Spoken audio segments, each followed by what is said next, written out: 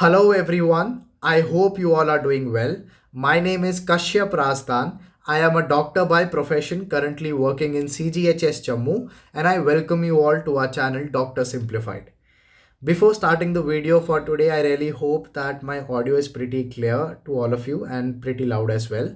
So I have been receiving a lot of queries from the aspirants of CMS 2024 regarding one of the most important steps of your appointment or your selection process of UPSC CMS, that is the detailed application form.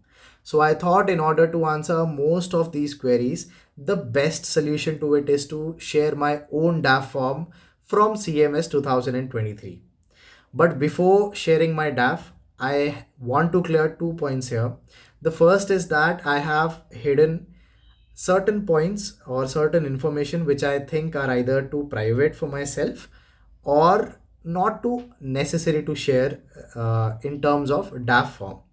So, and the second point is the points to remember, which I have noted as well. So let's go through it first. The first point is do not worry, as UPSC helps candidates in all the possible ways. Pardon me for my handwriting, first of all. So, yes, UPSC always and always is there for you from the point you fill up your application form for CMS till the point you receive your appointment letters. Trust me, trust me, trust me, UPSC helpline is always there for you. Second is do not worry, as it's not so easy to cancel your candidature. आखिर UPSC clear किया है, so it's not so easy for anybody to cancel your candidature or your reject your DAF and just throw you out of this competition. The third is take your time to fill up DAF, but before the deadline. Definitely DAF has to be filled up before deadline, but do not hurry. I have always and always mentioned that take your own time, do not worry and do not hurry for filling up the DAF form, and be honest as well. So let's focus on the first page of my UPSC DAF form 2023.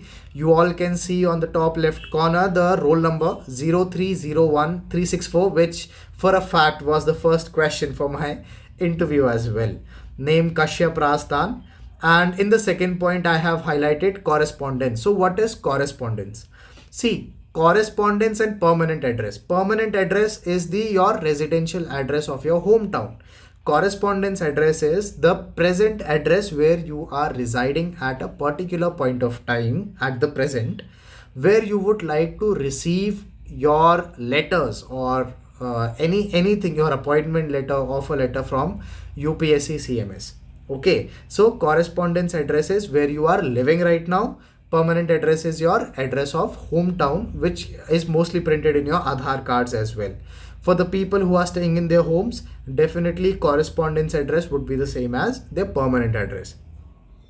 After that, there are other personal details like phone number, your email address, permanent postal address as well, your state and your PIN code of your area. Third point is your citizenship, a citizen of India, and nationality, that is Indian. Gender, marital status, mother tongue, mine is Kashmiri, so I have mentioned that. You all can mention yours respectively.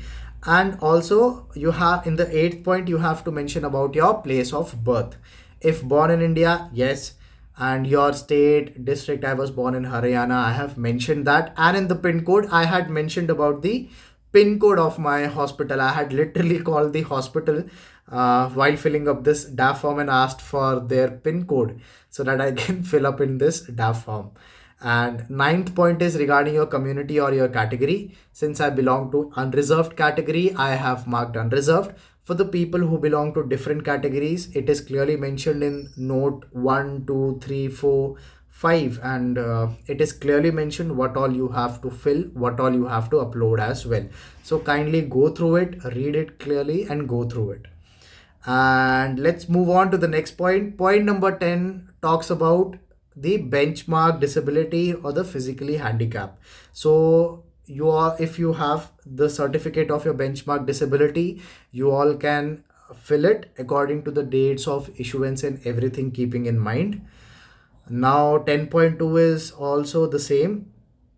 Let's move on to the 11th point. The 11th point talks about your family, the family history.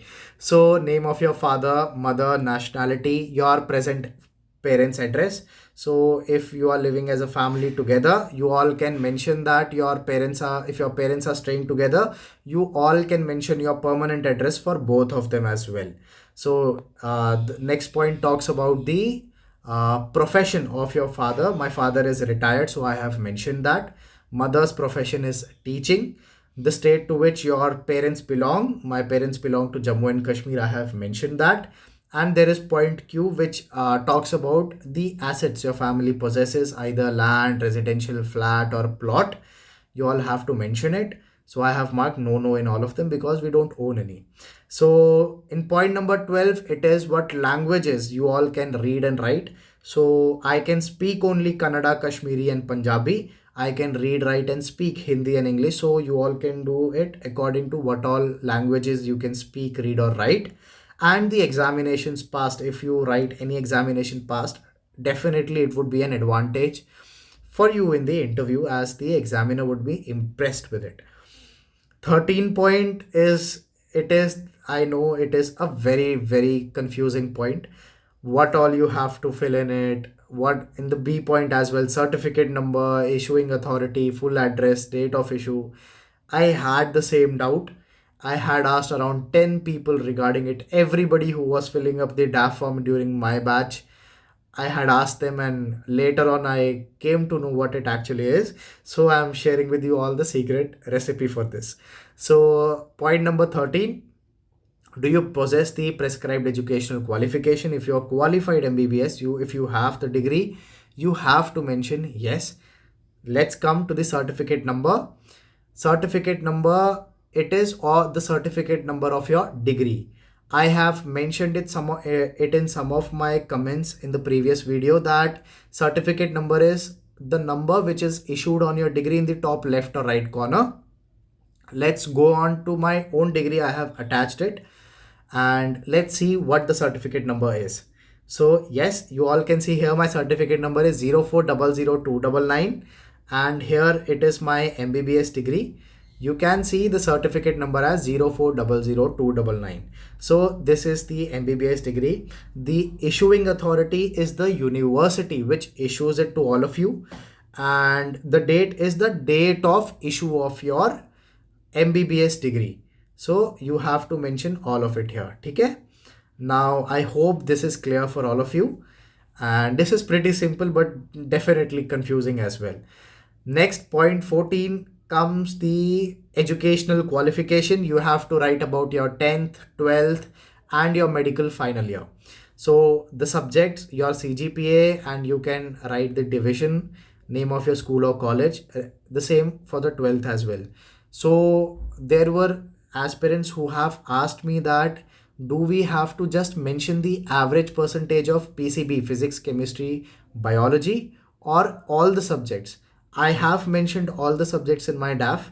It was not rejected. So definitely you all can mention all the subjects percentage as well. And the graduation or the final year, all the 4 subject combined percentage you have to put for the final year. Let's come to point number 15, whether passed written and practical parts of your final MBBS examination. Yes.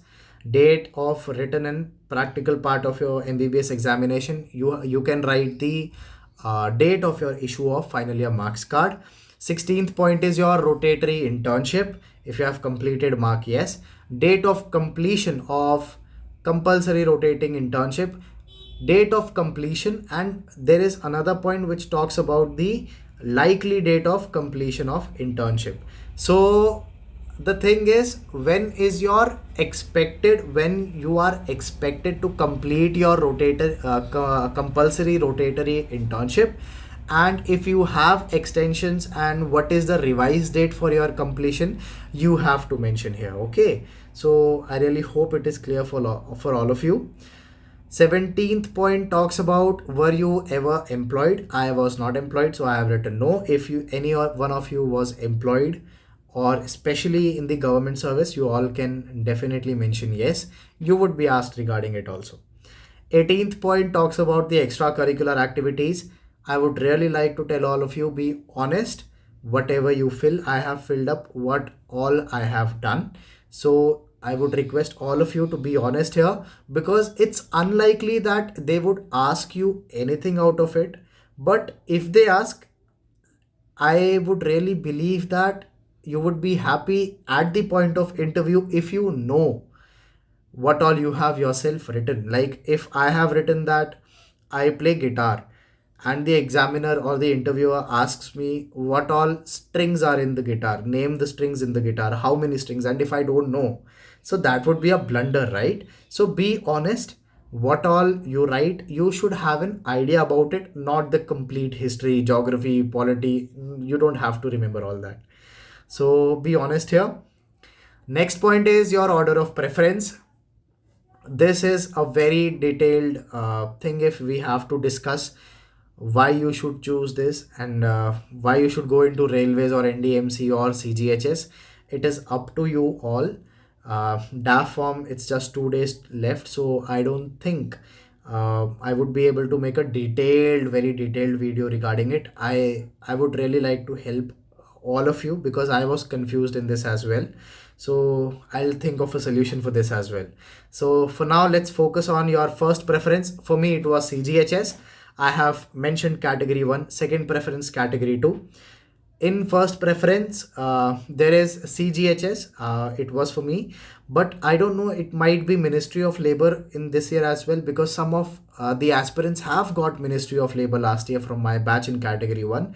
So just see in your DAF forms if you find Ministry of Labor also. And in the second, I have put on the order of preference as Assistant Divisional Medical Officers in the Railways as 1. GDMO for the NDMC. NDMC, we all know the vacancies are very less. It is order 2, and MCD, it is the grade, it is the third order of preference for me. Let's move on to the point number 20, photo ID proof. The best thing, either mention Aadhaar, it would be the best, or your PAN card if you can. If it is, the photo is very clear. So ID proof, Aadhaar is actually one of the simplest things to upload. 21st point is, I have mentioned it before, that UPSC asks you from where all you have been rusticated before. So have you ever been debarred from any public service commission or the staff service selection commission from any of their examinations or selections? If it is yes, be honest and write yes. If it is no, write no. Point number 22, whether you have been selected or applied for, say, UPSC examination or recruitment. It was my first attempt for CMS 2023, so I have written no.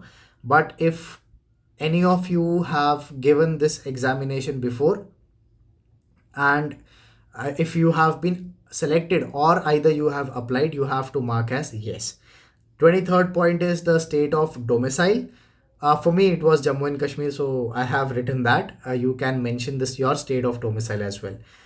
Point number 24, list of enclosures uploaded by the candidate. So it is what all you have to upload for your DAF form. You all have to upload. The list would be produced here in the point number 24. I forgot to mention one of the very important points. That is, think before filling up the order of preference, because once you fix your preference, it cannot be changed later. For example, you fix railways as your preference over CGHS, and if you get railways, you would anyway get railways if you go into category 2, railways, MCD or NDMC. Trust me, it is not so easy, and it is next to impossible actually to change your category from 1 to 2 or CGHS to railways or vice versa.